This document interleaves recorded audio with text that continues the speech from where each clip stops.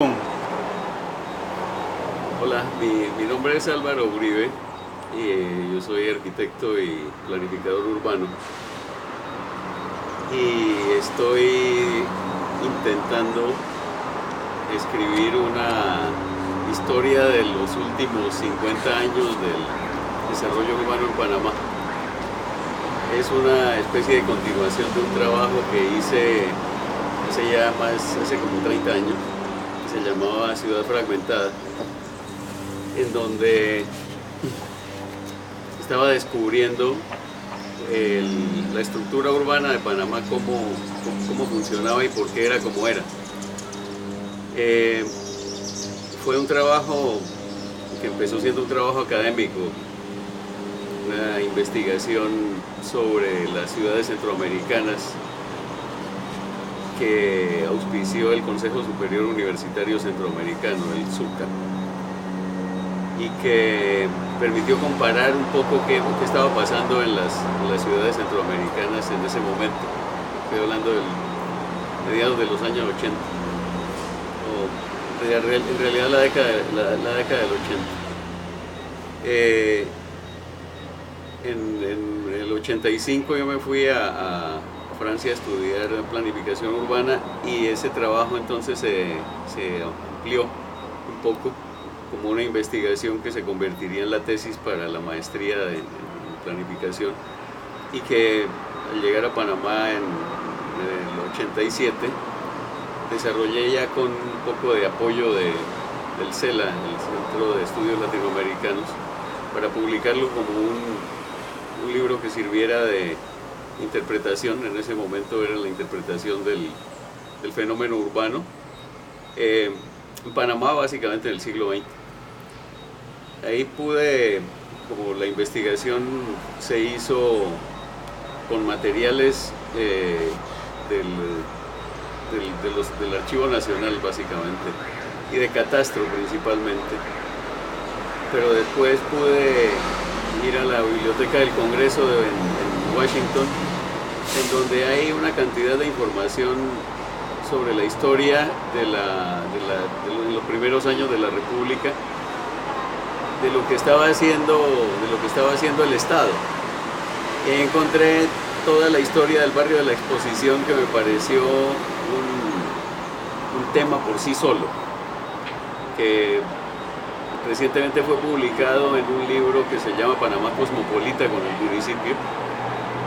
donde yo desarrollé ahí el capítulo del barrio de la Exposición, que debe entrar dentro de este trabajo que estoy haciendo y que debe ser un poco más abarcador, tratando de interpretar nuevamente la estructura urbana de la ciudad, pero principalmente la forma como esto se ha ido configurando en el tiempo que yo he estado ahí, que es aproximadamente de los últimos 50 años, desde que era estudiante de arquitectura hasta ahora. Se trata de un poco de reconstruir unas narrativas sobre el fenómeno de la urbanización y la configuración tan particular que tiene esta ciudad, que es una de las ciudades más desperdigadas que he podido ver en el continente latinoamericano, y además que es una de las ciudades más largas como área metropolitana. Es una constatación que hice hace algún tiempo. La ciudad ya tiene un poco más de 80 kilómetros de longitud en sus dos extremos, entre el este y el oeste. Y eso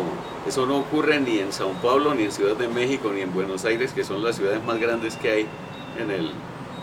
continente latinoamericano. Entonces llama la atención como una ciudad que no llega a los 2 millones de habitantes, pues está desparramada de esa manera en el territorio. Y se trata entonces de ver por qué ha ocurrido eso así. Hay una serie de razones que son fácilmente invocables. Por ejemplo, la presencia de la antigua zona del canal. Efectivamente, ahí hay 16 kilómetros de ancho que hubo que saltarse para poder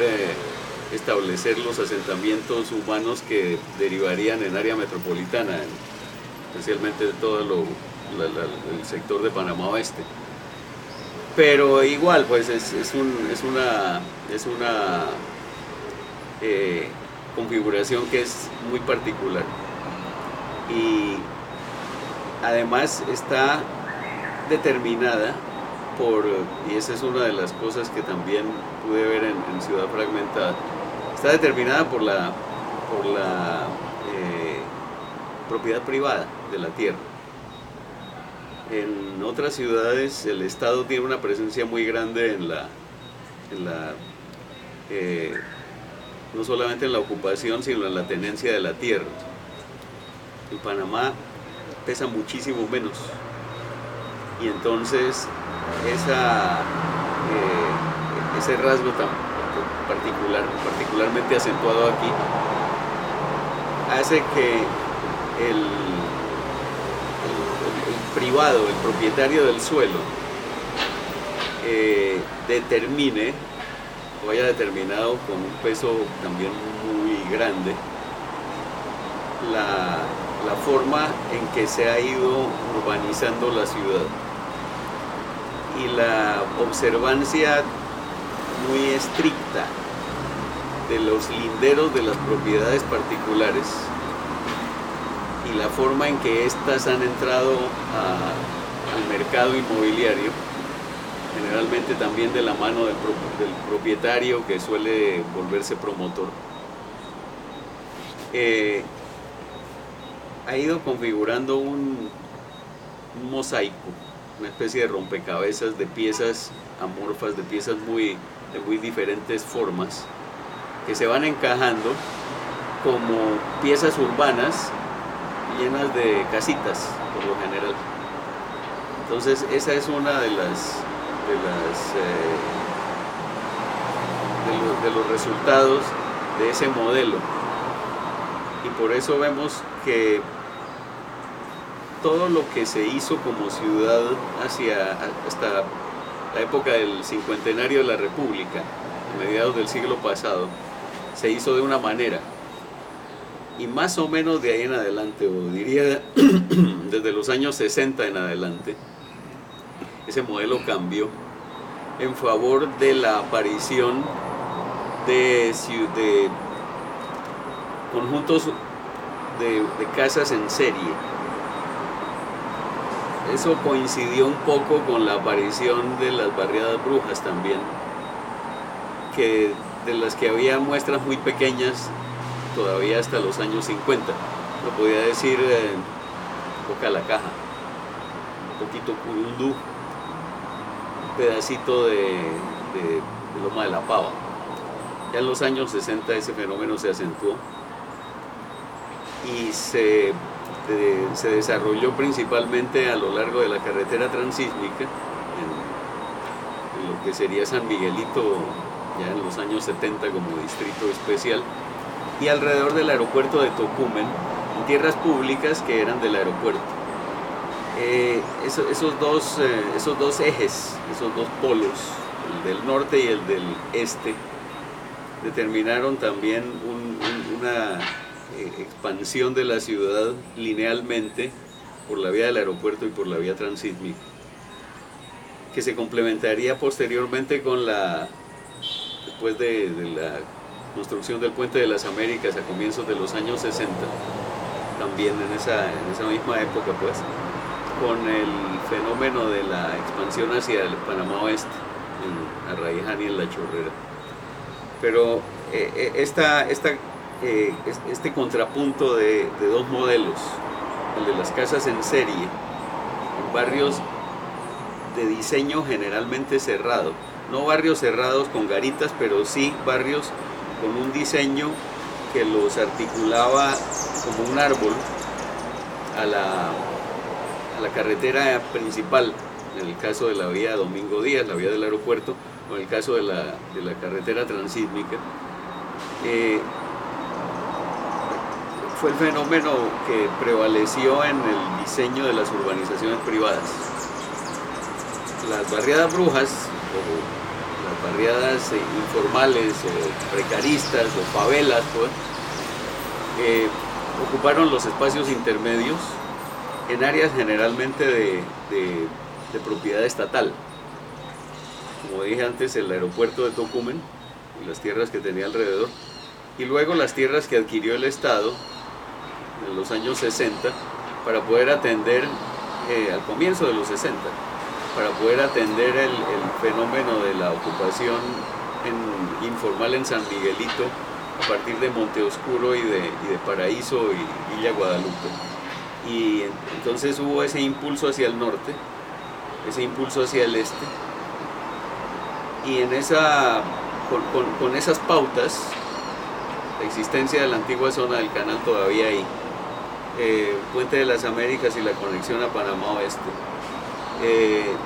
y el impulso de viviendas en serie, principalmente, como decía, de casitas, que se convertirían en lo que se denomina hoy barriadas dormitorio. En la literatura de planificación norteamericana ese es el nombre que tiene. Determinaron una expansión de un área metropolitana que,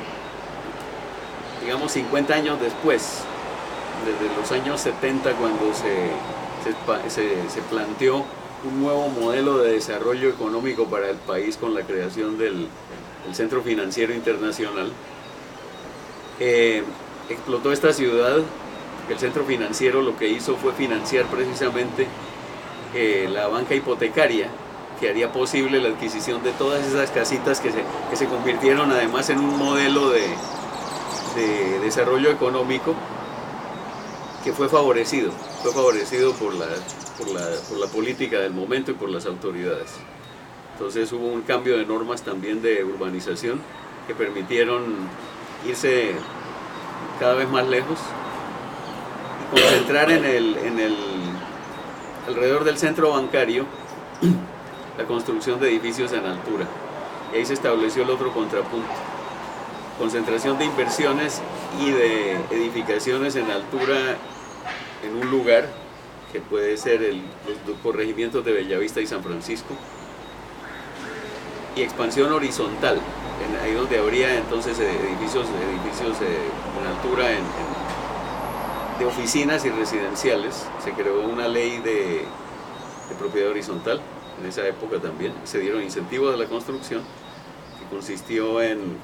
consistiría eso en abolir una serie de normas urbanas que teníamos todavía en esa época,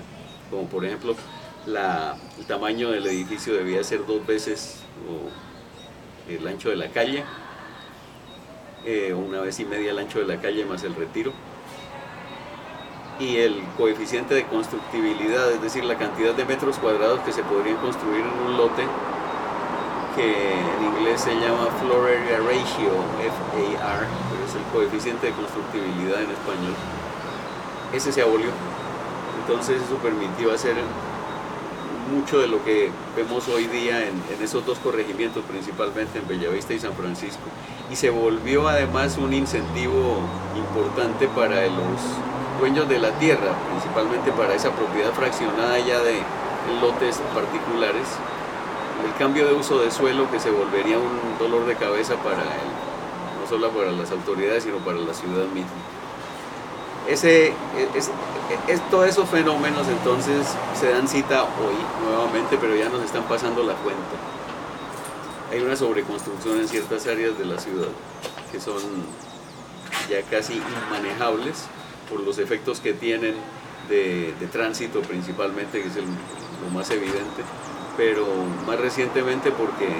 toda esa construcción también ha ido pasando por encima de esas pobres infraestructuras que teníamos y que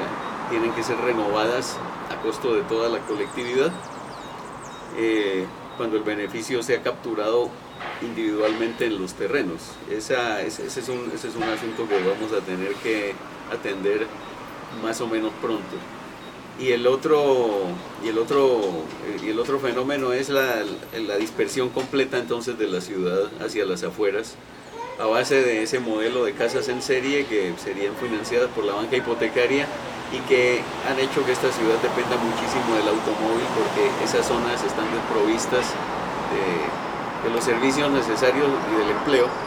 para que la gente no tenga que viajar cotidianamente a buscarlo en las zonas del centro.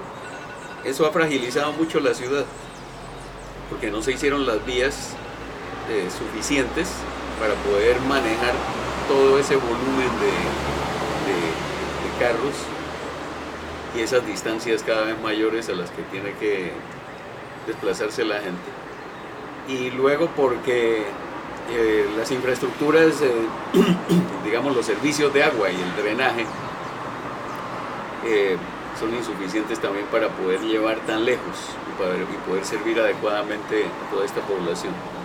Con el movimiento de los últimos años, las zonas que están más cerca del centro, o menos lejos más bien, están empezando a ser buscadas también para urbanización. Y una urbanización que, por efectos del mercado, que es el mercado inmobiliario, es el que ha determinado entonces el patrón de asentamiento en la ciudad.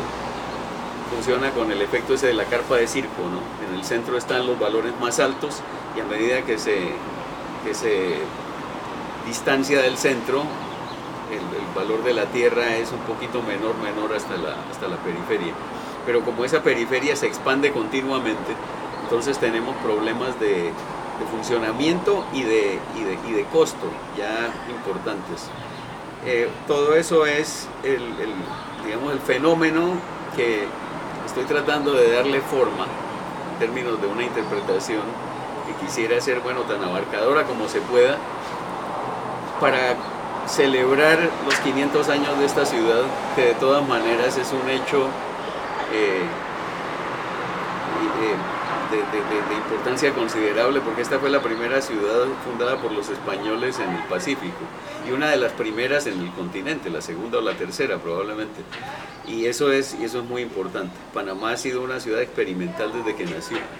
desde que los españoles llegaron con un trazado experimental de ciudades acá. Posteriormente, cuando fue refundada en el Casco Viejo, en la península, en San Felipe, 150 años después más o menos, ya de acuerdo a unas leyes de urbanismo que eran las leyes de Indias, y posteriormente cuando Panamá creó la zona del canal al comienzo de la República, que le dio no solamente una convivencia con otro estilo de urbanización completamente diferente al español, que era el suburbio norteamericano, la unidad vecinal que se llama allá, que es precisamente la barriada cerrada, y empezó a ver esa interacción y a veces esa imbricación entre esos dos modelos de ciudad. Y luego con el final del siglo, con la incorporación plena de la antigua zona a la ciudad, y ya con una ciudad lineal, dispersa y de muy baja densidad.